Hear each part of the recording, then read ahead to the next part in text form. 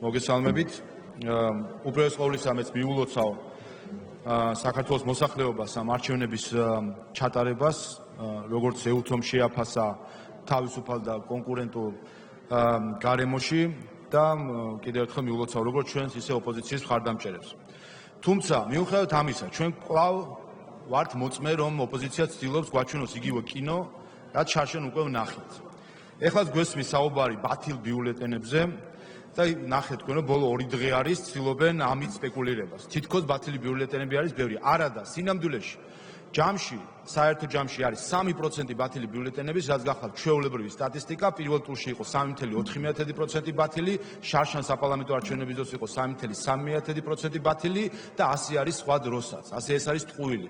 შემდეგ ამ ტყუილში როცა ამხელ ამბობენ, რომ კი, მაგრამ აი ზოგიერთ ოლქში ეს ბათილი ბიულეტენები იმდენია, რომ სხვაობა შეიძლება გადაეფაროს. დიახ, შეიძლება, ესეც ხდება ხოლმე.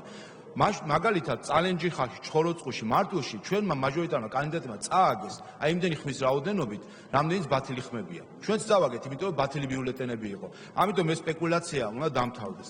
მეორე, ეუთოდიმაც აღნიშნა, რომ გადათვლის პრაქტიკა არის ძალიან კარგი და ამან უპირველეს ყოვლისა კარგი იმ კუთხით, რომ მან დობა უფრო გააძლიერა საარჩევნო ადმინისტრაციის მიმართ და ასევე დაადასტურა პირველი ტურის შედეგები.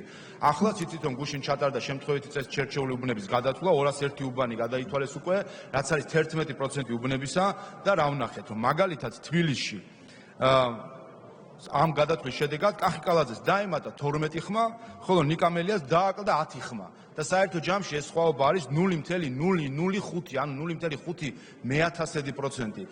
ამიტომ საუბარი იმაზე, რომ თითქოს დათვლის პროცესში იყო რაიმე უზუსტობები არის ზედმეტი. იგივე სიტუაცია არის ქუთაისშიც, ბათუმშიც და ზუგდიდშიც, სადაც 1-2 ხმა არის სულ სხვაობა. აი ეს არის რეალობა. თუმცა ეს რეალობა არაფერი იქნებოდა და იქნებოდა თქვა პოლიტიკური დღისწესრიგის ნაწილი, რომ არა სამწუხაროდ ზოგიერთი არასამთავრობო ორგანიზაციის მხრიდან კვლავ კვერის დაკლა ოპოზიციისთვის, რაც ჩვენ ვიხილეთ შარშან, გახსოვთ შარშან 4 ნოემბერს მათი განცხადება 26 ორგანიზაციის, რომელთაც მაშინ ფაქტობრივად თავისი ფლანგიდან გარკვეული ლეგიტიმაცია მისცეს თითქოს და ოპოზიციის პროტესტს და გახსოვთ ისინი საუბრობდნენ დაგვიანებულ გამოცხადებაზე ცესკოს მხრიდან, რაც იყო ტყუილი, ისინი საუბრობდნენ უბნების 8%-ზე დისბალანსის შესახებ, რაც ასევე აღმოჩნდა ტყუილი, ისინი საუბრობდნენ პარალელური დათვლის აცდენაზე ცესკოსთან, რაც არა მხოლოდ ტყუილი აღმოჩნდა, არამედ აღმოჩნდა, რომ სამართლიანი არჩევნები განზრახ უმალავდა საზოგადოებას ერთი თვის განმავლობაში ნამდვილ რიცხვებს.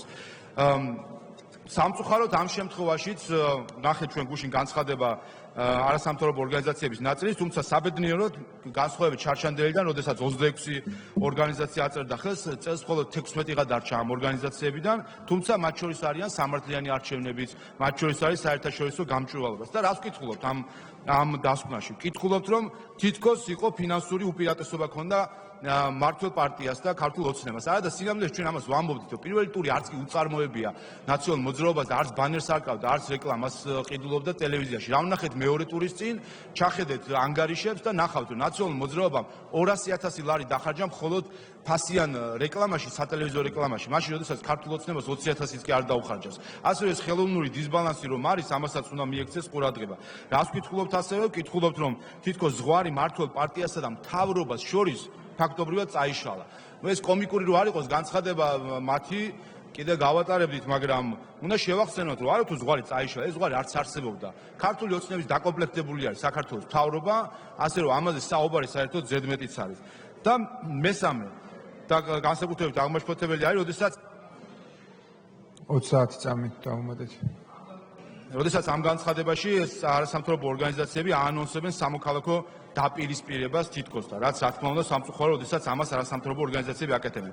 კიდევ ერთხელ, ჩვენ ამ ორგანიზაციებს არაერთხელ მოუწოდეთ ბოდიში მოიხადათ ქალბატონი თამარ ჟვანიასთვის და ჩვენ ამ ორგანიზაციებმა, მათ შორის თუ გახსოვთ, ჩაშალეს, თუ შეიძლება 30 წამის კიდევ დამიმატოთ.